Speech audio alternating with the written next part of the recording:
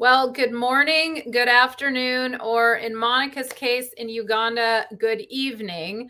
I am so excited to have this conversation with Monica Nyiraguhabwa, Executive Director of Girl Up Initiative Uganda. Monica, we had the pleasure of meeting in person in San Francisco a couple years ago. I am so inspired by all of the amazing things that you're doing, and just welcome to the show. I'm excited to have this conversation. Thank you for having me, and thank you for being a long-time supporter of girls' education in Uganda. So it's such a pleasure to be here to have a conversation with you as well. Thanks so much. And yeah, we'll talk about some of the work and how we're kind of partners as such, or the Zone Lab, and how we're supporting, some of the efforts that you're doing at Girl Up Uganda. And if anyone's interested, we'll also be sharing some ways of how you can support them as well. But in the meantime, before we get into all of the incredible things that you're doing and really empowering our next generation of global leaders, global female leaders. I wanted to ask, a little bit about you. I know that we see from the outside. I don't know if anyone's seen, but you've been interviewed on TV, Good Morning America. You've had interviews with Oprah. I mean, all sorts of things. But a lot of times we don't see all the hard work in the background, what's going on. And so what inspired you to co-create Girl Up Initiative Uganda, with my cousin Kim Wolf, who was involved early on. So what inspired you, and also what inspires you to keep putting in all of the work to accomplish all these amazing things? Yes, so no matter, that's a question that everyone will ask. What inspires you? What what keeps you awake in the night? So just getting, back to 10 years ago, I think for me, what inspired me starting this work is just that connection, innate connection, divine connection, as I call it. And I normally talk about this, that much of it has to do with my own personal experiences, and having, reflected around my experiences, I really felt that change had to happen. And I knew that I needed to be part of the movement co-creating this change in communities. And that explains to you why we are so passionate about girls' education, about adolescent girls, because I know that as a grown-up woman right now, the mentorship and support that I received as a girl growing up in an environment with naivety has a lot to do with how it shaped what I've become right now. So what inspired me was the need to be able to challenge the status quo that I grew in, the status quo that did not believe in girls and women, did not give women the spaces to be able for them to be able to articulate their voices or their issues, reflecting and figuring out as a girl. I never remember being given opportunities. As a girl, I always had to negotiate for my own space. Right now, I'm using the word negotiate because it's what it is right now. But as a young girl, I kept on questioning, why is the treatment given to boys quite different from that given to girls? And definitely when I met Kimberly, whom I call Kimmy, and we had a shared passion, we decided to team up together and start this amazing organization, more like a lifestyle, more like a side hustle, trying to uplift or trying to motivate girls. But we've been blessed, and to call it now a movement 10 years down the road, we've been blessed by so many individuals, including yourself, who have encouraged us along the journey to be able to lead this movement and to grow it from one point to another. So really, it's more around my own experiences, but also reflecting on the experiences of other girls in Uganda that I see right now.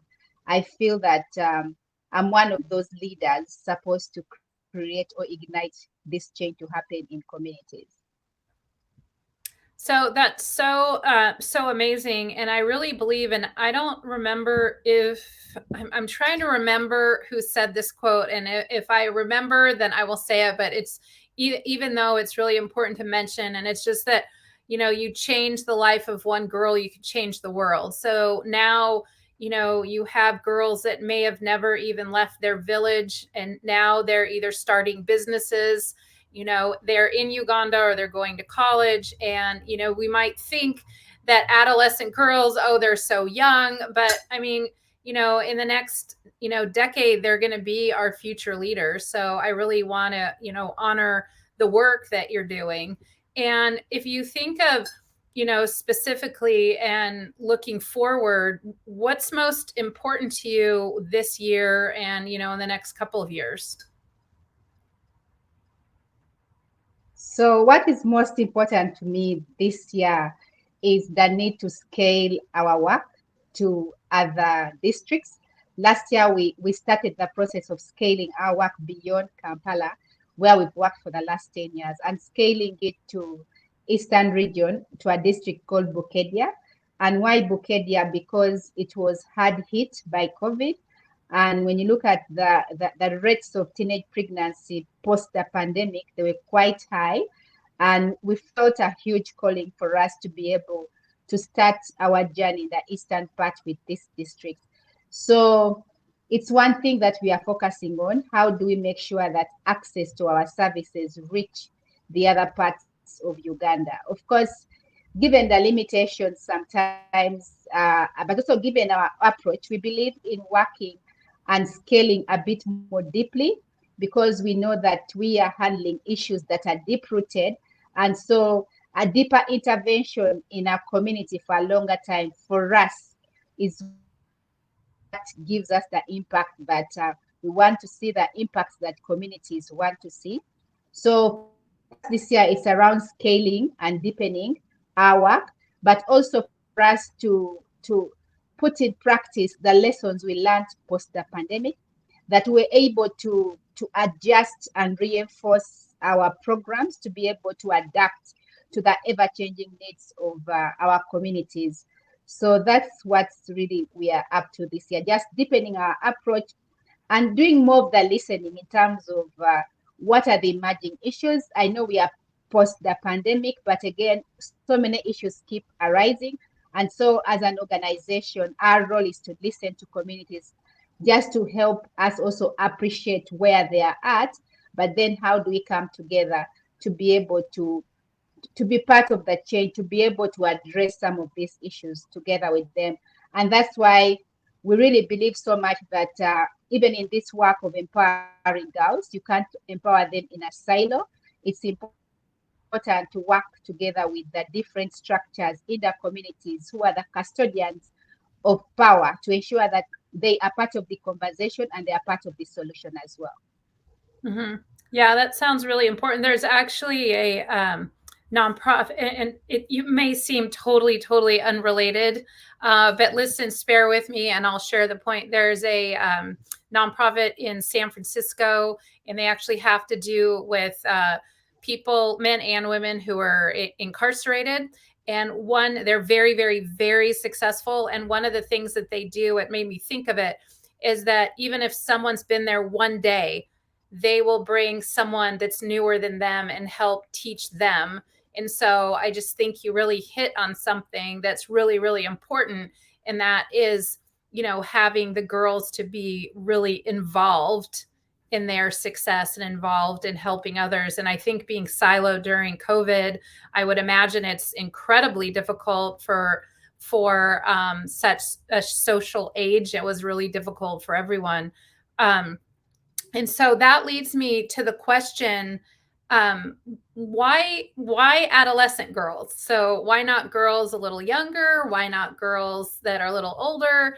Why are you passionate about this age, and why do you feel it's so important to like understand these girls, like you said, meet them where they're at, and then scale to help more of them? Nice question. So why adolescents is because the adolescent age is such a critical age that a girl is growing up from a point of naivety to a point of having so much information around her. And oftentimes, if not well directed, they could be victims of bad peer pressure, for example. So why adolescent? It's because we believe this is a critical age when, for example, someone is appreciating that they are beginning to grow into a young adult, like I like to call them a young adult. So many things are happening in their bodies, in the environment. And of course, for the case of Uganda, that's the time when so many of them drop out of school. Some of them get pregnant because they do not have age-appropriate sexual reproductive health rights information. So for us, we believe that that's the age where we need to impart accurate information for life. Mm-hmm. So we 100%. need to make sure that they begin to appreciate appreciate the fact that they are growing. I know for sure that sometimes working with adolescents versus working with grown, maybe young women, there's a difference. Sometimes as older women, already they've conceptualized some of the issues and feel like it's okay. After all, for example, if it's violence, they will feel that after all, I've been in this violent relationship for years and I've developed coping mechanisms. But for a girl, you're already telling her that being in a violent relationship, for example, is not healthy.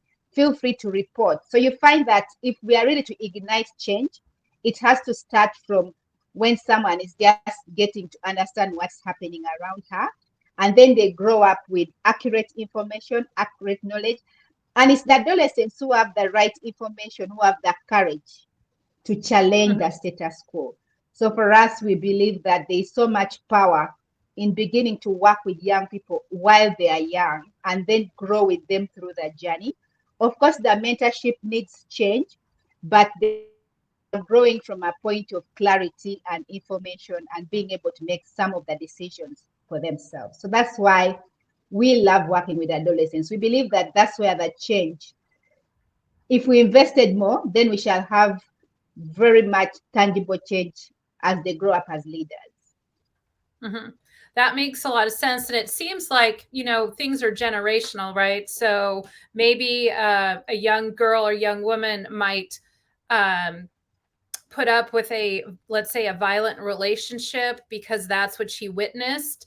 But by you intercepting these adolescent girls and shifting their mindset and having them build their confidence and self-efficacy and self-worth and ensuring that doesn't happen to them, that way they can hopefully get once it's time to get into a healthy relationship and kind of shift how generations view what a healthy relationship is. So you're really you're helping them, but it seems like you're reshaping the generations to come because they're going to have a different role model down the line. Absolutely. Yeah. So I just thought I'd touch on quickly. There's one girl in particular, just a sidebar, the one way that the Zone Lab and myself has been able to help Girl Up Initiative Uganda is to provide educational support for 5 of the girls to go to their boarding school. And one of them in particular, I've gotten to know through you. So can you share a little bit about her and some of the amazing things that she's doing?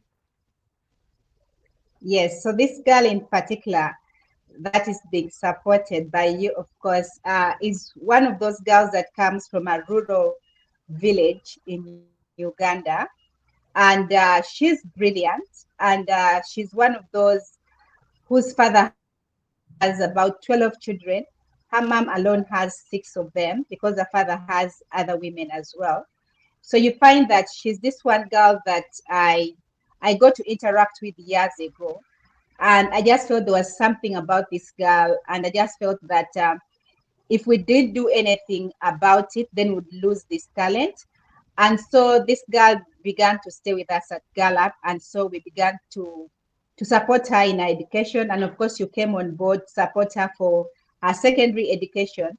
And I've seen this girl grow from being timid to finding her space, finding her voice, participating in high level meetings. I've seen this girl go to national events to represent other girls in the country. She's so passionate about poetry. I've seen her do a poetry and it's been documented. For those who are watching, this is Pauline Nakanwaji. All of you who have seen video clips of this young, amazing woman know that the future is, for her. And you being able to come on board, support her secondary education in one of the best schools in Uganda. I mean, it's such a profound gift because we know that her joining high school this year, she only has 2 years to get university. And of course, she has this dream of becoming an eye doctor.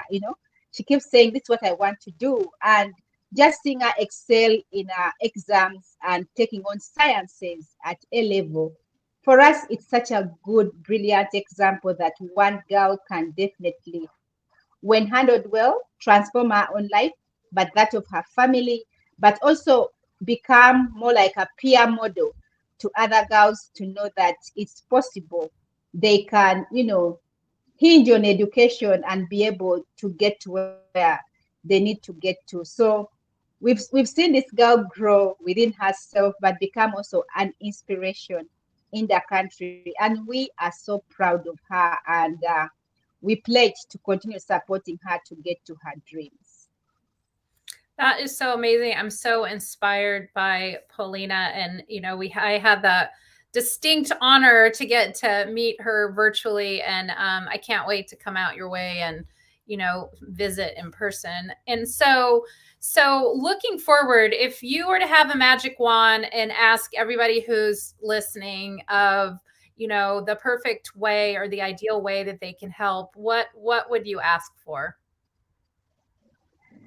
Having come out of COVID and the pandemic, what I would ask for in particular is for more folks to come on board and support our scholarship basket, because the need for education is quite high. And of course, the pandemic left some parents without jobs.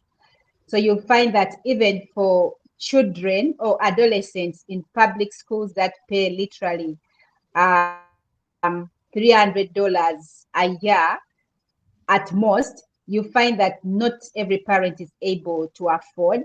So my pledge for this community is that if we can continue to boost the scholarship basket so that we have more girls going to school.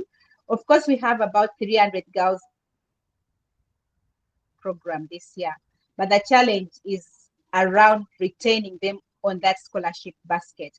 So my pledge is that can we can we support these girls to continue staying in school, because they get promoted to other classes. So what happens every other year as they grow in this journey of education? So for me, it's really the fact that we can definitely invest in education to transform the lives of adolescents in this country. So perfect. So if anyone listening would like to join me and so many others to help keep these girls in school and help keep their dreams alive, you can go ahead and look at the website, which is scrolling here. It's girlupuganda.org. Monica, I'm so grateful for all that you do and to partnering to help in whatever way that I can. Thank you for taking the time. And I look forward to the possibility of seeing you in person sometime in the near future. Thank you so much. And thank you for investing in us over the years and supporting us through your community to make sure that we continue doing this work on the ground. So I just want to say thank you very much. Oh, you're so welcome. And you guys and the girls inspire me every day. I look forward to talking to you again soon.